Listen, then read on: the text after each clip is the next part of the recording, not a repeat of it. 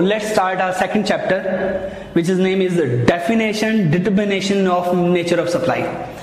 दोस्तों हमने पहला चैप्टर पढ़ा इससे पहले, जो कि था इंट्रोडक्शन ऑफ जीएसटी. बेसिक हमने चीजें समझी कि जीएसटी क्या है, उसका किस तरीके से उसमें फ्रेमवर्क है, उसका कॉन्स्टिट्यूशन अमेंडमेंट चीजें हमने समझी. अब ये हमारा चार्जिंग सेक्शन से हमारा ये चैप्टर स्टार्ट हो रहा है, which is the levy of GST. Levy of GST का जो चैप्टर है वो सेक्शन 6 से लेके सेक्शन 10 तक रहता है. अब उसमें से हम सबसे पहले जो बात करेंगे वो सप्लाई की बात करेंगे, जो कि लेवी के अंदर सेक्शन 7 के अंदर बताया गया है. और इसके अलावा सेक्शन 2 के अंदर जीएसटी की जो डेफिनेशंस है, जीएसटी के अंदर जो चीजें आती हैं उससे रिलेटेड इंपॉर्टेंट डेफिनेशंस वहां पे दी गई हैं. तो इस वाले चैप्टर के अंदर हम पहले समझेंगे, लेवी का एक पार्ट समझेंगे, definitions, determination of nature of supply, supply के बारे में जानेंगे दोस्तों.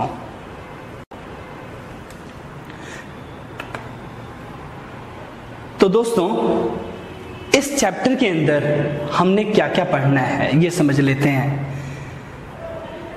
सबसे पहले हम डेफिनेशंस कवर करेंगे जो कि सेक्शन 2 में दी गई हैं. आएंगे पहले हम सप्लाई पे आएंगे, फिर स्कोप ऑफ सप्लाई जो कि सेक्शन 7 सीजीएसटी एक्ट में दिया हुआ है उसको पढ़ेंगे. इसके बाद सेक्शन 8 सीजीएसटी का जो कि होगा tax liability on composite and mix supply, उसकी बात करेंगे. इसके बाद लेवी जो है आईजीएसटी में दे रखा है, में भी दे रखा है इंटरस्टेट ट्रांजैक्शन के लिए, और वहां पे ट्रांजैक्शन की नेचर क्या रहेगी वो डिफाइन कर रखा है. तो हम आईजीएसटी में सेक्शन 7 रेफर करेंगे ये समझने के लिए कि सप्लाई, इंटरस्टेट सप्लाई कब है और सेक्शन 8 इंट्रास्टेट सप्लाई कब है. तो चलिए दोस्तों अब स्टार्ट करते हैं. दोस्तों टैक्सेबल इवेंट हमारे पास क्या थे और क्या है अभी वाले में. देखिए सेंट्रल एक्साइज के अंदर टैक्सेबल इवेंट हमारे क्या थे दोस्तों, मैन्युफैक्चरिंग. सर्विस टैक्स के अंदर टैक्सेबल इवेंट क्या है, provision of services. Central sale tax VAT के अंदर टैक्सेबल इवेंट क्या है, sale of goods. And goods and service tax के अंदर टैक्सेबल इवेंट क्या है दोस्तों, सप्लाई. तो अभी हम जो पढ़ रहे हैं सप्लाई को समझेंगे. दोस्तों सप्लाई क्या होता है, सप्लाई क्या होता है, सप्लाई मतलब goods plus services is equal to क्या बन जाएगा हमारा, सप्लाई. तो सिंपल फॉर्म में बोले तो goods and services with supply की जो का ट्रांसफर है, जो सेल है, उसको हम क्या बोलेंगे, सप्लाई बोलेंगे. अब दोस्तों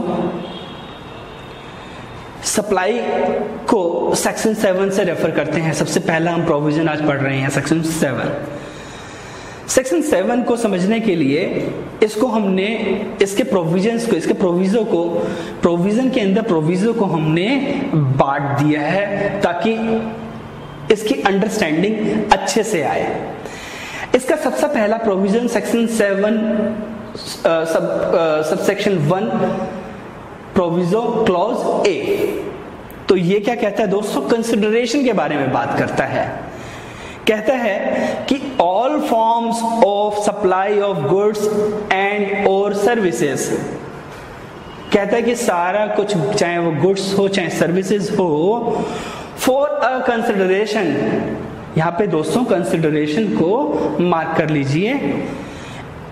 इन कोर्स और फर्दरेंस ऑफ बिजनेस, इस सेकंड लाइन को मार्क कर लीजिए. तो दोस्तों कहते हैं कि अगर आप गुड्स और सर्विसेज की सप्लाई कर रहे हैं और उसके अंदर आपने कंसिडरेशन पे करा है और वो जो सप्लाई हुई है वो इन कोर्स और फर्दरेंस ऑफ बिजनेस की नेचर की है, तो उसको आप क्या बोलेंगे, हम क्या बोलेंगे, सप्लाई बोलेंगे. इसके बाद डेफिनेशन में लिखा हुआ है कि सच एज, तो सच एज क्या है, एग्जाम्पल्स हैं कि उसने इजी करने के लिए आपको थोड़ा एग्जांपल भी बताएं डेफिनेशन के लिए, जैसे कि sale, transfer, barter, exchange, licence, rental, lease और डिस्पोजल। तो ये कुछ एग्जांपल है, इतने ही नहीं है, इससे भी आप डेफिनेशन के अंदर जो चीजें आएंगी वो चीजें भी होंगी, बट ये एग्जांपल स्पेसिफिकली बता रखे हैं। तो अगला इसका प्रोविजो देखते हैं, इसका सब क्लॉज देखते हैं हम, जो कि इंपोर्टेशन ऑफ सर्विसेज से रिलेटेड है। इसके बारे में मेरे डेफिनेशन में लिखा हुआ है, सप्लाई की डेफिनेशन में, कि importation of services for consideration यहां पे अंडरलाइन करिए, वेदर और नॉट इसको अंडरलाइन करिए, इन कोर्स और फर्दरेंस ऑफ बिजनेस। तो ये थर्ड लाइन को अंडरलाइन करना है कि फर्दरेंस और बिजनेस। तो कहने का ये है प्रोविजन इस क्लॉज के अंदर कि अगर हम कोई सर्विस इंपोर्ट करते हैं, यानी कि दूसरी कंट्री से लेते हैं, जो सप्लायर है दूसरी कंट्री में है, उससे सर्विसेज इंडिया में लेते हैं, और उसके लिए अगर हमने कंसिडरेशन पे करा है, चाहे वो सर्विसेज इन नेचर ऑफ मेरी बिजनेस से रिलेटेड है या नहीं है, even that called a supply. तो इसके अंदर क्या चीज जरूरी है?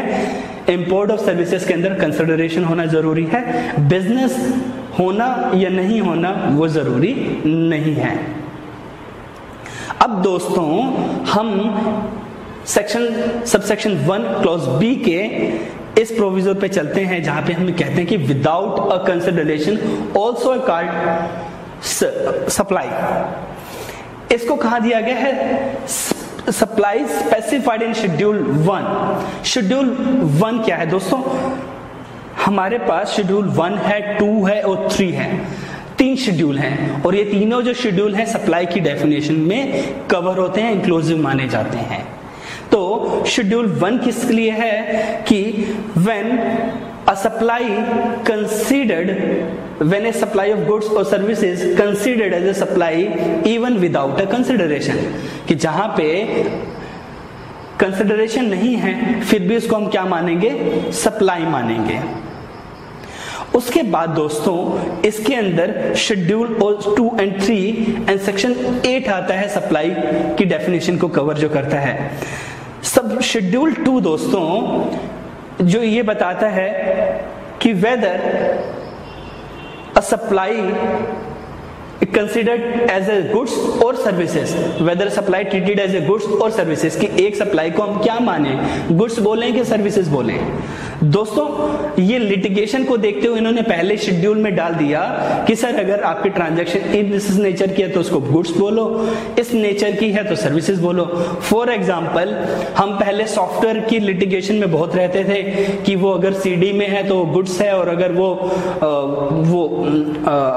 सॉफ्ट कॉपी में है तो वो सर्विसेज है, वो डाउनलोडेबल है तो सर्विसेज है।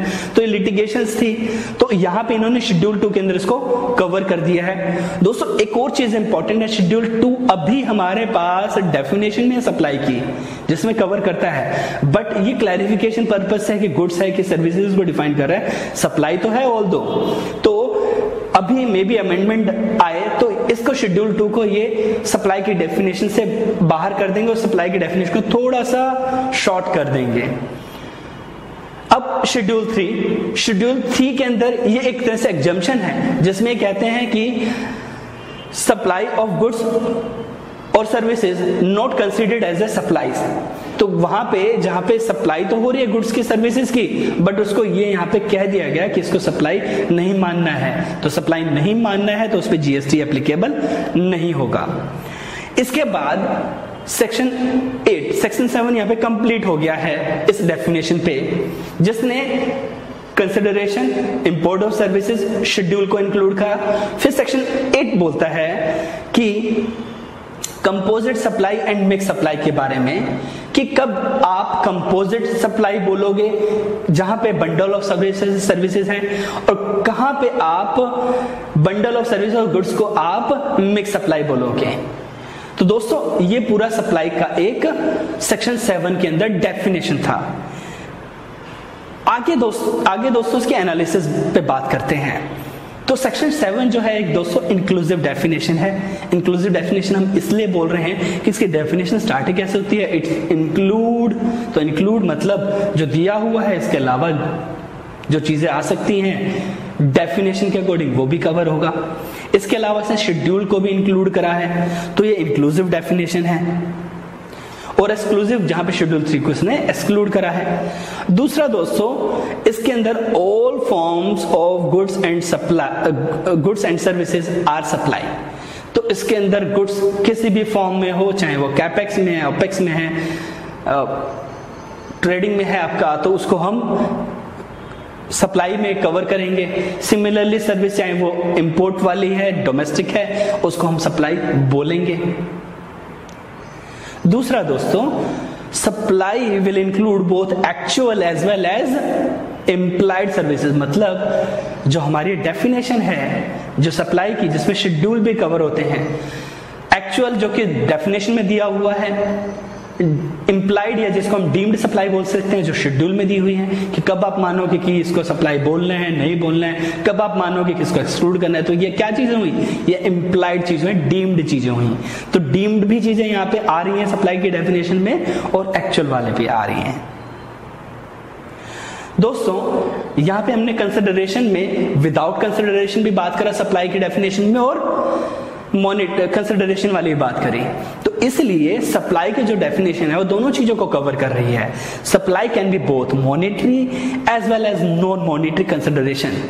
Non monetary consideration should be able to convert in money, उसके अकॉर्डिंग इसके ऊपर जीएसटी चार्ज होगा। लास्ट है दोस्तों import of services. Import of services जहां पे कंसिडरेशन होगा वो सप्लाई माना जाएगा, इवन दो उसके अंदर बिजनेस है या नहीं है। यानी कि इसका मतलब ये हुआ कि services which are imported for personal purposes also being treated as a supply of services. तो दोस्तों तब भी उसे हम सप्लाई मानेंगे और उसके ऊपर जीएसटी एप्लीकेबल होगा।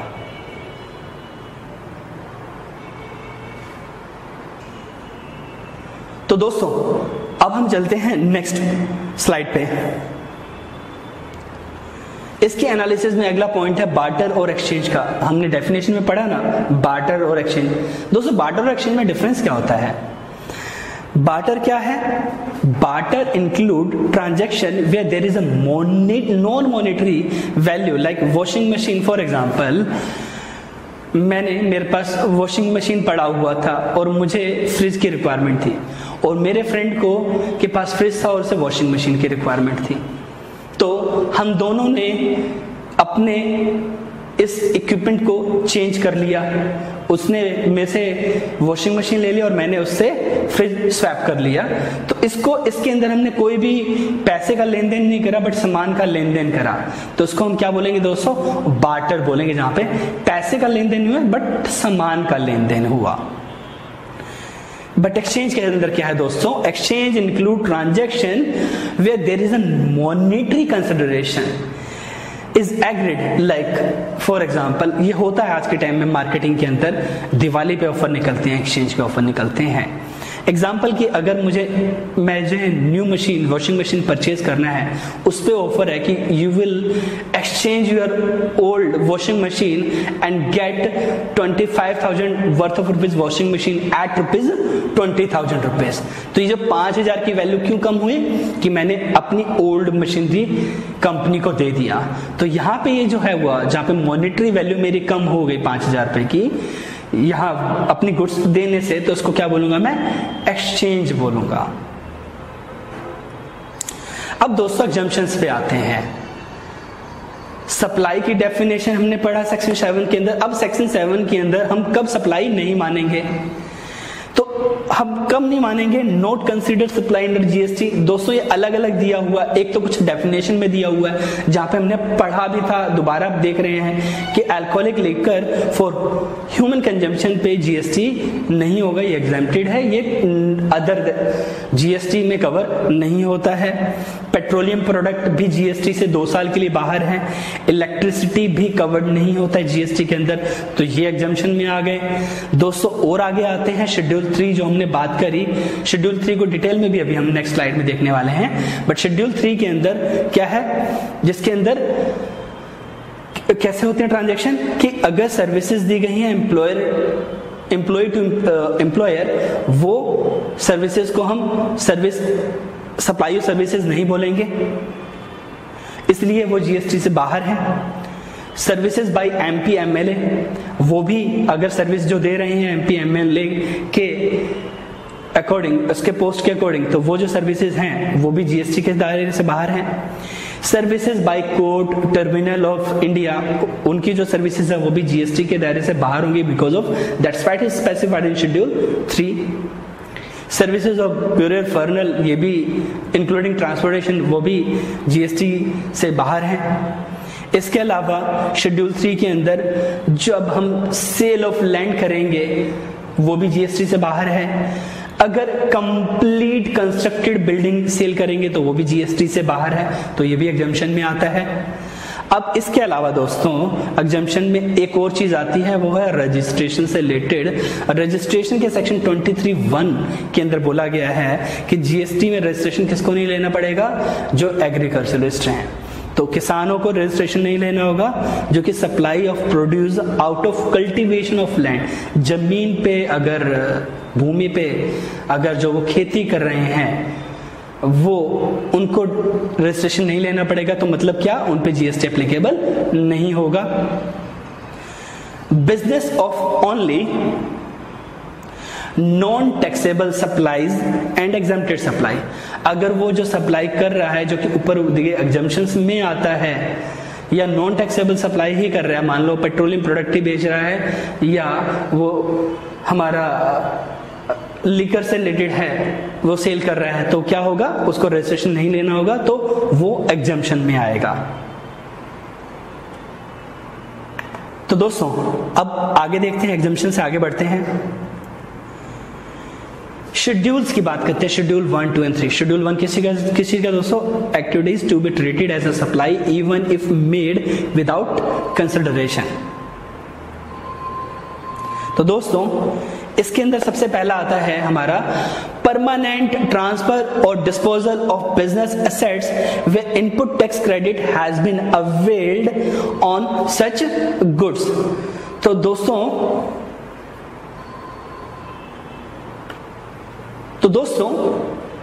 हम उसकी बात कर रहे हैं कि अगर कोई जो जीएसटी में रजिस्टर्ड टैक्सेबल पर्सन है और उसने अपनी एसेट्स जिसके ऊपर इन जीएसटी का क्रेडिट ले रखा है और वो एसेट्स को वो डिस्पोज ऑफ कर रहा है विदाउट कंसिडरेशन, तो इस ट्रांजैक्शन को जब वो अपनी एसेट्स को जिसके ऊपर क्रेडिट ले रखा है, जिसके ऊपर क्रेडिट ले रखा है उसी की बात कर रखे हैं, जिसपे क्रेडिट नहीं ले रखा है वो शेड्यूल 1 में नहीं आएगा। जिसमें क्रेडिट ले रखा है जीएसटी का उसकी बात कर रहे हैं। अगर वो डिस्पोज ऑफ करता है विदाउट कंसिडरेशन, तब भी वो ट्रांजैक्शन को हम क्या मानेंगे, सप्लाई मानेंगे। मतलब कि उसके ऊपर चाहे उसने कंसिडरेशन नहीं लिया है तब भी जीएसटी की लायबिलिटी आएगी। जैसे कि a company is donating its computer, tablet, air conditioner, etc. to a school or charitable organization free of cost, तो उस केस में जो इन इक्विपमेंट के ऊपर अगर आईटीसी क्रेडिट लिया हुआ है कंपनी ने, तो इस आईटीसी को के प्रपोर्शनेट जो आगे हमने पढ़ेंगे जब आईटीसी का उसमें देखेंगे, इसका आईटीसी उसे पे करना पड़ेगा क्योंकि ये सप्लाई की डेफिनेशन में आता है। दूसरा दोस्तों, सप्लाई ऑफ गुड्स और सर्विसेज और बोथ बिटवीन ए रिलेटेड पर्सन जैसे कि कंपनी में डायरेक्टर और अगर एक इंडिविजुअल है प्रोप्राइटर है तो उसकी फैमिली में जो मेंबर है वो हो गया second, between a distinct person as specified in section 10। ये क्या होता है दोस्तों कि डिस्टिंक्ट पर्सन किसको माना गया कि मेरा जीएसटी में हरियाणा में रजिस्ट्रेशन है और मेरी कंपनी का बिजनेस दिल्ली में भी है, वहां पे भी गोडाउन है और तो मैंने रजिस्ट्रेशन वहां पे भी लिया है, तो दो इवन दो कि मेरा पैन नंबर सेम है, मैं सेम एंटिटी हूं, बट मैंने रजिस्ट्रेशन दो ले रखे हैं, लेने पड़ेंगे मुझे, और इन दोनों रजिस्ट्रेशन के लिए मैं इन दोनों को क्या बोलूंगा, डिस्टिंक्ट पर्सन बोलूंगा। तो इसका और सिंप्लीफाइड मतलब अगर हम बात करें तो supply to branch in other state having separate registration is also being now treated as a supply.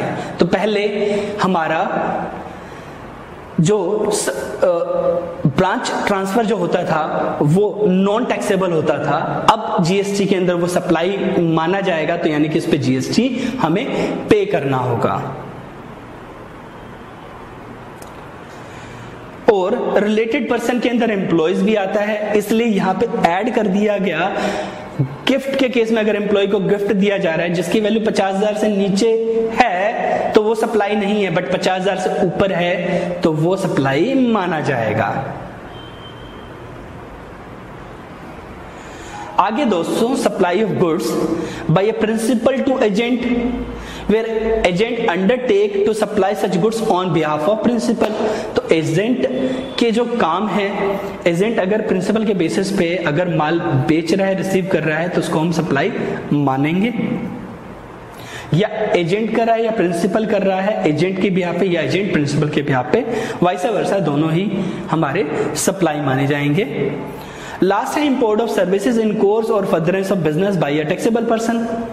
तो ये हमने सेक्शन 7 के अंदर भी देखा है, बट ये किस चीज के लिए है, फ्रॉम अ रिलेटेड पर्सन और from any other establishment outside India. यानी कि अगर मैं कंपनी हूं और मैं अपने किसी रिलेटेड पर्सन से सर्विसेज ले रहा हूं, import of services outside India, या मेरी कोई यूनिट जो कि आउट ऑफ इंडिया में है वहां से मैं इंपोर्ट ऑफ सर्विसेज ले रहा हूं, इवन दो विदाउट कंसिडरेशन, वो भी मेरा एप्लीकेबल। सेक्शन 7 के अंदर क्या था, विद कंसिडरेशन, यहाँ पे विदाउट कंसिडरेशन को भी कवर करा गया है।